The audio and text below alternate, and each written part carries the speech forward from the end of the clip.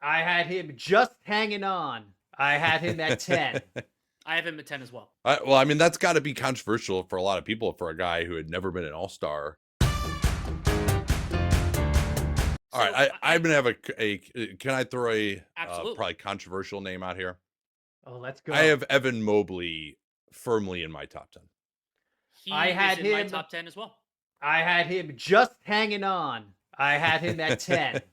I have him at 10 as well. Well, I mean, that's got to be controversial for a lot of people for a guy who had never been an all-star until this year. And also, we talked about how we want to see it in the playoffs. We have not. He had a good series once Mitchell went down last year against the Celtics, but this is clearly his first regular season at this type of level. So are we violating our own rules by having him this high? What do you think, John? I think we had Anthony Davis in our top 10 last year, I think. And I think Evan Mobley has become a better version of Anthony Davis than Anthony Davis in some ways. Gives you a little more of his own shot creation. The shooting has come around to an extent, which I think is a big deal. And then defensively, he's a monster, right? He might win Defensive Player of the Year this year. And he gives you, I mean, one of the things we talk about, especially with bigs, is schematic versatility. He gives it to you because he can play 4 or 5. He now more plausibly can play inside or out. Still doesn't shoot a ton of threes, but 37%. Good enough passer. Doesn't really turn it over that much. Solid enough on the boards. Like I think he just offers you a lot without taking anything off the table. And he can also play 4 or 5, which I think is pretty big when we're considering putting him in different situations, different teams. And he's probably going to be my defensive player of the year. I think he's the second best defensive player in basketball. I don't know if he's the second best playoff defensive player, and he's got a lot of work to do on this Cavs team defensively, given some of their perimeter players that they have. Well, so yeah, go ahead, Danny. I want to give a little bit of a framing here because I have a group of players that are in this conversation. I don't know that we'll spend a lot of time on all of them, but really they're all of the guys that were left that we haven't discussed yet. LeBron is already ahead of this list. They're all dominant, or they're all really good on one end of the floor and weaker on the other. And so it's just reconciling, well, who are you more comfortable with their strengths and their weaknesses? And for Mobley, why I have him ahead of some of the other guys like Jalen Brunson and Anthony Davis is because he's really great on that end, but he's a more versatile version of a defensive player. So you could fit him alongside a lot of other guys in a lot of other schemes. And then offensively, we've seen some real growth from Mobley. And so you could play him alongside a lot of great versions of offensive players. You could do it with more of a Luka style player. You could do it with Garland and Mitchell, who he already is playing with now. And I think that, so for let's say Mobley versus Anthony Davis, the comparison that John made, I think that Mobley is not only better at his strengths right now, but I also think that his game just intuitively fits, and he's also younger. So if we're pricing in, well, it's a new season starting today, I'd rather take the guy who's 24 than the guy who's 32. And yeah, I think the biggest thing that's really convincing, I don't know that he's actually improved that much defensively this year, but the fact that he at least can't be left wide open on threes now. But he's taken 4 per 36, and he's making 37% on them. But the bigger thing is just that he's so good off the dribble now. If you put a smaller player on him, or you blitz the pick and roll and he gets the ball in space, he's just going to work his way to the basket and just dunk it, or get a short range little hook shot. Where if you saw him trying to score at the basket 2 years ago in that Knicks series, in that circumstance, he just couldn't do it. And then you consider also that he can play 4 or 5, basically any role you want for him offensively or defensively at those positions. And then he never gets hurt either. He had the one surgery last year, but other than that, he's been extremely durable. He also never fouls, which is really important for a big, and that's probably the biggest reason Jaren Jackson Jr. isn't in consideration for this group for me, is that he just makes too many dumb plays and he can't stay on the floor. So yeah, I had Mobley here, and he, Wembanyama, and then Anthony Davis, who I also had below Mobley, but still in this group, all have somewhat similar arguments as two-way bigs, but who are all better on defense. Who would be your next person we haven't talked about yet, John? So Evan Mobley was not my highest ranked Cavalier. Oh yeah. I had Donovan Mitchell ninth. I think it's time to give this guy his flowers. I think he's 27. I think he's having his, even though he hasn't shot well, I think he's having his best season. I think his defense has gotten better. I think he's really dangerous one-on-one player. I think he's shown that in the playoffs, even though his teams haven't succeeded.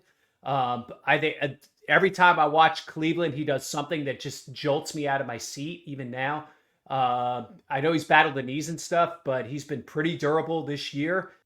I think it's time to give this guy his flowers. Like he's really good. I just can't take anyone else who's left ahead of him. You like him better than Brunson? Oh yeah. Why? Oh, I think there's a more schematic fit with him. I mean Brunson, you have to put the ball in his hands and be the Brunson show, right? Like he can do some stuff off the ball. He showed some of it in Dallas. And then I think Mitchell's a little better defensively than Brunson too. Yeah.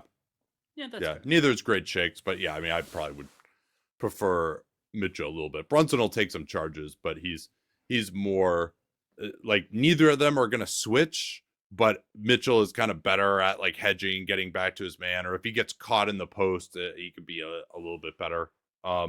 Yeah, Brunson versus Mitchell is a really interesting question for me because I think there are some teams you'd prefer Brunson. Like this Knicks team, I think is better with Brunson. Well, if you have no point guard, then yeah, Brunson's more valuable. Yeah. But I think in any other scenario. John, what do you think about Mitchell's playoff record? How does that factor in for you? I mean, I think his playoff record isn't that bad. He had a bad series against the Knicks in 23, right? But he was awesome in the bubble against Denver. Then they lost in 7 anyway. He single-handedly won a game in Boston last year after having a very good series against Orlando in the first round.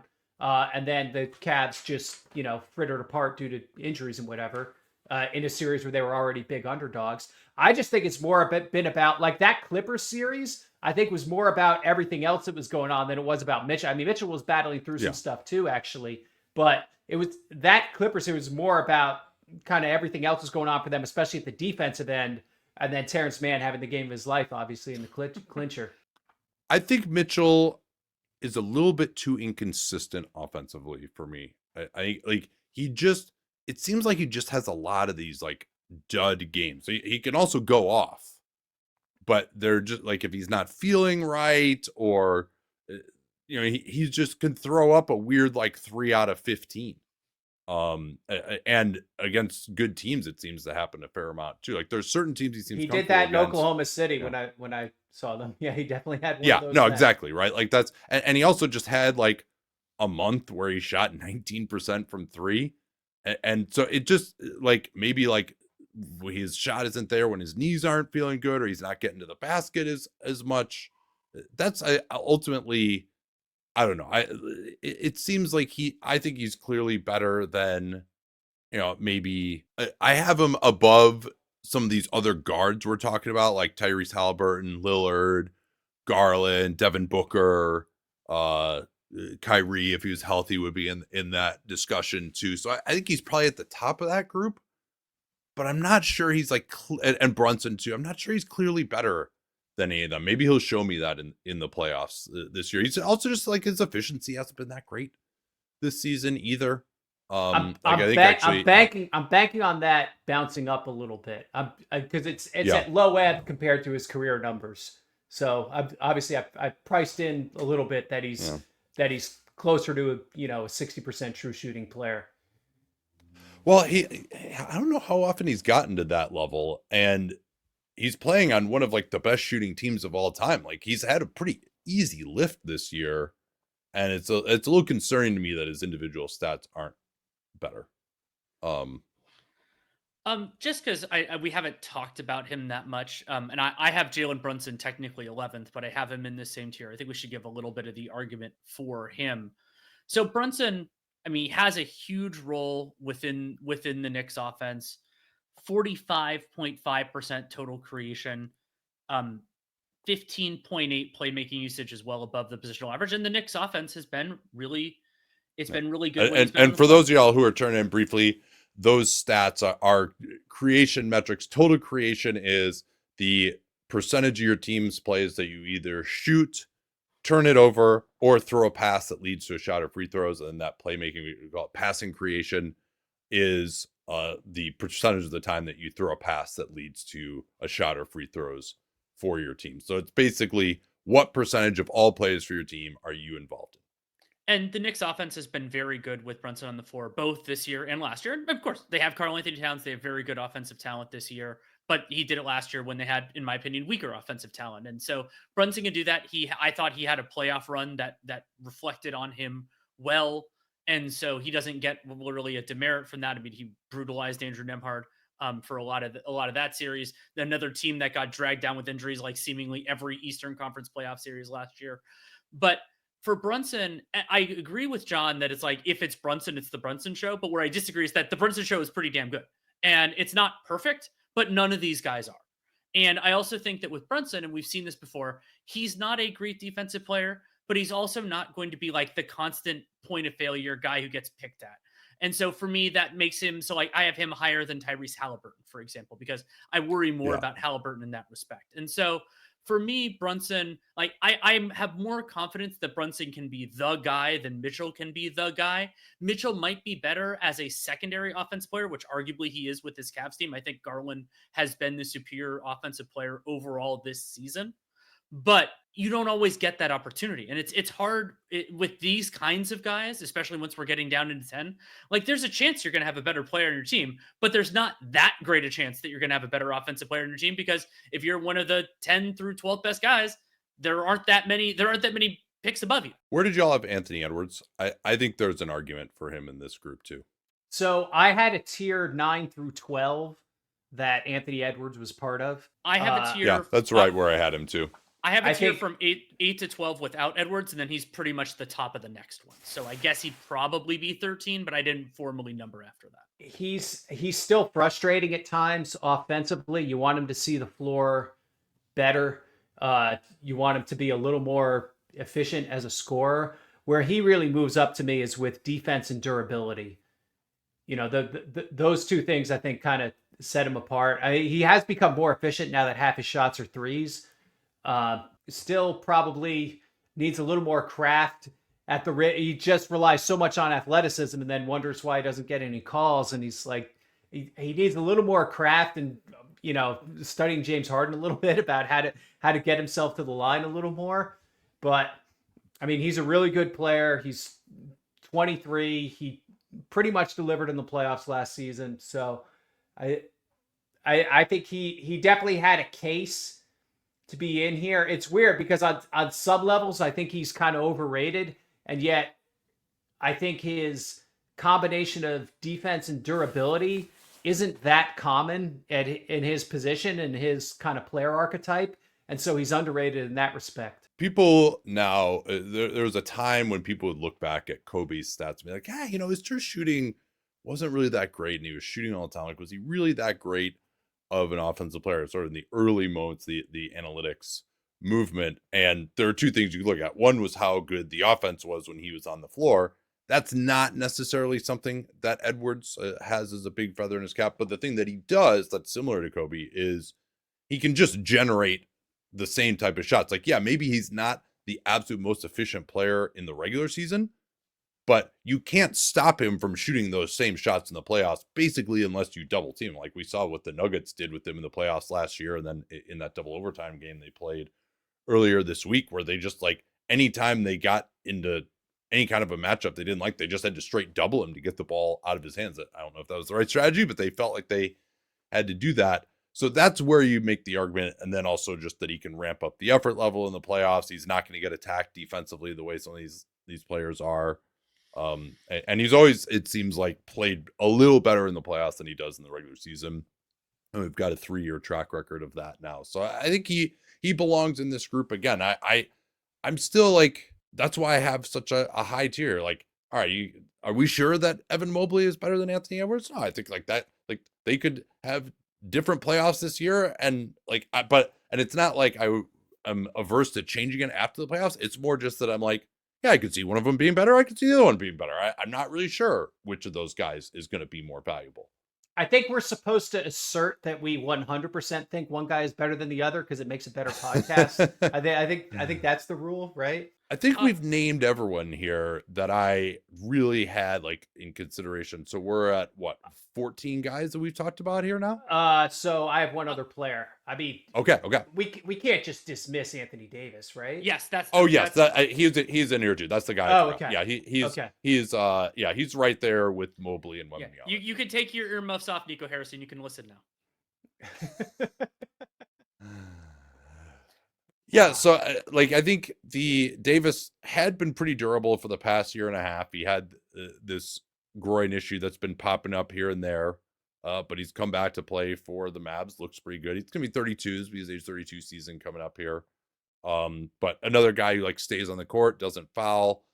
I don't know that his regular season effort, particularly defensively, is as consistent as Mobley. I also don't think he has the same impact as Wembanyama. Like, I don't think Davis is consistently a top 5 defensive player of the year type of guy, but he still, I think, brings it enough in the playoffs. Yeah. Yeah, I What do you agree say, with that. I mean, the other thing that hurts his defense is that he falls down so much in the course of a game that you get transitions off of that. Yeah, you have I to mean, actually does be any elite standing player on the defensive half fall of the down court. more than this guy does. Joel Embiid does. Oh, okay, that's a good point. Yeah. Yeah, sadly, Joel, not a primary part of this discussion. Yeah, I think there's really, we're pretty familiar with what Davis is at this point. Now, the one thing that concerns me and why I would have Mobley a little higher than him is I think they're pretty equal defensively. Like, there's some things Davis does better, some things Mobley does better. Mobley's more consistent defensively over the course of a season. And then I think Mobley can play the 4 and Davis really can't. Like, they're going to try to play him at the 4 next to Lively and Yeah, it's going to be Gafford. awful. And yeah. oh, big surprise, they closed with him at the 5. Why do you think they did that? Yeah, and I'm not willing to move Davis down a tier because he doesn't want to play the 4. He doesn't want to play the 5, even though that's his natural position. But I'm close. Like, Okay. when you're building a team, though, if a guy doesn't want to do the role he's best suited for, it is a problem. Like, and we're going to potentially see that with the Mavericks, who now have like 3 of their 6 best players play the same position. And that is a challenge that they're going to have to deal with for probably the next 2 years, for the entirety of their window, whatever that window is. Yeah, well, and I would love for Anthony Davis to be able to play the 4. We've seen a lot of teams be able to have success with those double big looks, but like, he doesn't actually have the skill set to do that.